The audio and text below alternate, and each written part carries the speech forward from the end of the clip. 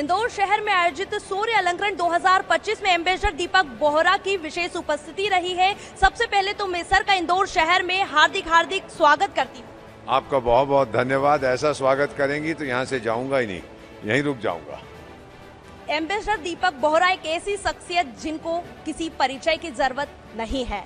दीपक Bohra sir जो कि 6 देशों के राजदूत हैं और कई देशों के सलाहकार भी हैं। हम सीधे सर से बात करते हैं और उनसे ऑपरेशन सिंदूर के कई महत्वपूर्ण पहलू और उनके बारे में जानते हैं। जी सर। ऑपरेशन सिंदूर के बारे में इतना ही बताता हूँ। जो लोग सोचते हैं कि हमने 24 घंटे में किया था, वो विचार उनका सही नहीं है।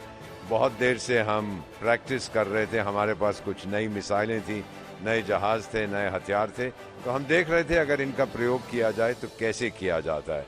क्योंकि जब कोई चीज़ हमारे पास नई आती है तो हम पहले देखते हैं कि हमारे काम की है कि नहीं। इसीलिए 600 से ज़्यादा किलोमीटर से दूर हमारा जो मिसाइल गया था, ब्रह्मोस मिसाइल 600 किलोमीटर जाता रहा और एक 2 फुट की एयर कंडीशनर का जो छेद होता है, जिसे हम वेंटिलेटिंग डक्ट कहते हैं, उसके अंदर जाके उसने नूर खान एयरबेस को ख़त्म कर दिया।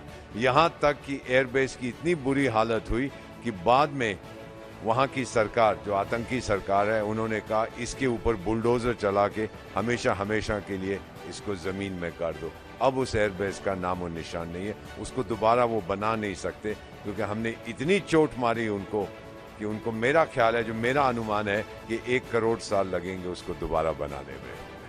सर एक और सवाल, जामवन इफेक्ट के बारे में भी आप बताते हैं। आपके पॉडकास्ट में भी मैंने देखा है, आपने बोला था कि 2019 में नरेंद्र मोदी ने कहा था कि घर में घुस के मारेंगे। उस पर आपका कहना है? मेरा ये कहना है कि जब उन्होंने कहा था घर में घुस के मारेंगे, मैं बहुत दूर से सुन रहा था, मुझे समझ नहीं आया। क्योंकि हमारी परंपरा ये रही थी कि कोई तमाचा आपको मारे एक गाल पर तो आप उसको दूसरा गाल दे दीजिए, और कहीं यहाँ भी तमाचा मार, कोई एक हाथ तोड़ दे, बोलिए दूसरा भी तोड़ दे। ये हमें सिखाया गया था। ये मैं हमेशा कहता हूँ कि 25,000 साल से हमारा सिद्धांत है, अगर भारत को सताओगे हम घर में घुस के मारेंगे। Thank you so much sir. तो सर ने हमें ऑपरेशन सिंदूर के बारे में बताया और उनके राजदूत का क्या कार्यकाल था उसके बारे में बताया। इंदौर से आजाद बोल के लिए मैं आयुषी सिंह।